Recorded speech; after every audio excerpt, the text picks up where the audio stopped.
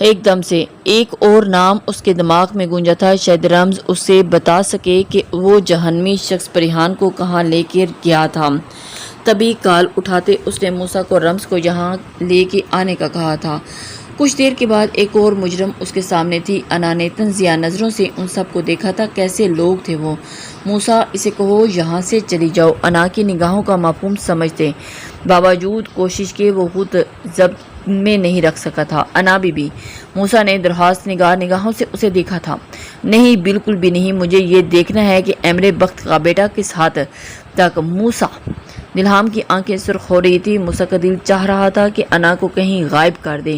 وہ ایسا کچھ کرتا کہ خود ہی پاؤں پٹکتی زمین سے باہر نکل گئی۔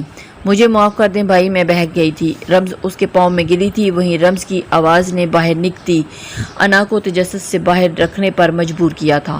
صرف ایک لفظ سچ بولو۔ رمز، تم نے آر جے کو یہ سب کیوں کہا؟ اس نے ٹی وی آن کرتے اس کی ویڈیو آن کی تھی۔ اس کے لفظ پہ موسیٰ کا دل درد بڑا تھا کہ وہ آر جے کے عشق میں بھی، جبکہ رمز بے جان سی بیٹھی سب دیکھ رہی تھی۔ بھائی، وہ ایک ایک لفظ با لفظ اپنا جرم قبول کرتی گئی۔ موسیٰ سے نکاح کے بعد اندیکھی قوت اسے بار بار موسیٰ سے باندھ رہی تھی، جبکہ موسیٰ کا سرد اور اکھڑا انداز رمز کو مزید اس کا دیوانہ کر رہا تھا۔ ایٹیٹیوڈ لیول کا ایگریسو شخص کب اس کی ضرورت بن بیٹھا تھا اسے پتہ ہی نہیں چلا تھا۔ تبھی وہ اپنی دوست کی مدد سے اسے اپنے درباروں اور پیروں فقیروں سے مانگنے پہنچی تھی، اور ایسے ہی ایک دن وہ اجتماع میں شرکت کرنے جا پہنچی جب آر جے کی نگاہ اس پر پڑی تھی۔ وہ پریشان حال سی دروازے کی جانب بڑھ رہی تھی جب اپنے نام کی پکار پہ وہ پیچھے مڑ کے دیکھا۔ سچ میں پتھر ہو گئی تھی جب آر جے کو اتنے وقت کے بعد اپنے سامنے دیکھا تھا۔ کیا یہ مذاق خیز نہیں کہ ایک طرف دی گریٹ دلہام بخت عالمی سطح پہ المناتی کے خلاف مہم چلا رہے ہیں اور ان کی بہن یہاں ہے؟ آر جے نے تنزیہ نگاہیں اس پہ جمائی تھی۔ تم یہاں؟ آپ؟ آر جے نے اس کی تصحیح کی تھی۔ وہ اسے اگنور کرتے آگے بڑھنا چاہتی تھی جب آر جے کی آواز نے اس کے قدم روکے تھے۔ تم یہاں کیا کر رہی ہو؟ آر جے نے اسے روکا۔ میں لاکھ پورا سہی، دلہام بخت سے دوستی کی لاج آج بھی ہے، لیکن مجھے یہ قطعاً گوارا نہیں کہ تم اس راہ پہ آؤ رمز بیٹا۔ آر جے کا انداز ایسا تھا کہ رمز کو لگا جیسے سامنے دلہام ہی موجود ہو۔ وہ جھٹکا کھا کے مڑی تھی۔ بتاؤ مجھے، تمہیں ایسی کون سی چیز یہاں کھینچ لائی؟ یہ راستہ صحیح نہیں ہے رمز بیٹا۔ آر جے نے اس کے سر پہ ہاتھ رکھا تو وہ پل میں موم ہوتے سسک اٹھی تھی۔ رمز بیٹا، میرے ساتھ آئیں۔ کتنے روپ تھے اس بہروبیے کے! رمز کی آنکھوں میں جیسے پٹی سی بندھ گئی تھی۔ وہ بھول چکی تھی کہ یہ وہی شخص تھا جس کی وجہ سے وہ آج ان راہوں پہ آئی تھی۔ وہ بہت جلد اس پہ ٹرسٹ کر گئی تھی۔ محبت ایک اداس سی آواز میں گھلی تھی۔ رمز مختصر انداز میں اپنے اور موسیٰ کی کہانی بیان کرنے لگی۔ آر جے کے لیے یہ بات واقعی شاکنگ تھی کہ دلہام رمز اور موسیٰ کے نکاح سے انجان ہے، جبکہ وہ تو اچھے سے جانتا تھا کہ موسیٰ کبھی دلہام کے اگینسٹ جا کے کوئی فیصلہ نہیں کرتا۔ بھائی ہماری محبت کو کبھی ایکسیپٹ نہیں کریں گے۔ رمز نے سسکی بھری تو آر جے کے لیے لب کھلے۔ کیوں؟ آخر کیا برائی ہے موسیٰ میں؟ شاید انہیں موسیٰ کے اس حوالے سے پسند نہ آئے۔ رمز حقیقتوں سے آگاہ تھی، پھر بھی محبت نے بے بس کر کے چھوڑا تھا۔ تم لوٹ جاؤ رمز، یہاں کبھی نہ آنا۔ ساری داستان سننے کے بعد آر جے نے پھر سے سخت رویہ اپنایا۔ رمز لوٹ گئی تھی، پر یہ ہونے لگا تھا کہ آر جے اکثر اس سے ملنے اور کال پہ بات کرتے دلہام اور اپنے درمیان موجود گلڈ کو ڈسکس کرنے لگا تھا۔ ایسی ہی ایک شام وہ پریحان کا ذکر لے کے بیٹھا تھا۔ میں نے پریحان کے ساتھ زیادتی کی ہے اور اس کا مداوع ابھی بھی میں ہی کروں گا۔ آر جے کی آنکھیں بھیگی تھی۔ کیا وہ ٹھیک ہو سکتی ہے؟ رمز نے آر جے پہ یقین کر لیا تھا۔ ہاں، کیوں نہیں وہ ٹھیک ہو سکتی؟ میں ہیلپ کروں گا نا۔ آر جے نے رمز کو اپنے شیشے میں اتار لیا۔ ہاں رمز کو کچھ میڈیسن ہیں جن کا استعمال صرف انہی لوگوں کو پتہ ہے جو اپنے پیشنٹ کو اس کا عادی بناتے ہیں۔ کیا تم میری اس میں مدد کرو گی؟ مجھے یقین ہے جب پریحان ٹھیک ہو جائے گی تو دلہام بھی مجھے معاف کر دے گا۔ میں اس سے جا کے معافی مانگ لوں گا۔ آر جے ندامت سے سر جھکائے کہہ رہا تھا۔ رمز نے اس کا ساتھ دینے کی حامی بھر لی تھی۔ وہ بھٹک گیا تھا، اب راہ راست پر آنا چاہتا تھا تو رمز کیوں نہ بھلائی کرتی، پر پریحان کی بتدریج حالت خراب ہوتی اسے چکنا کیا تھا۔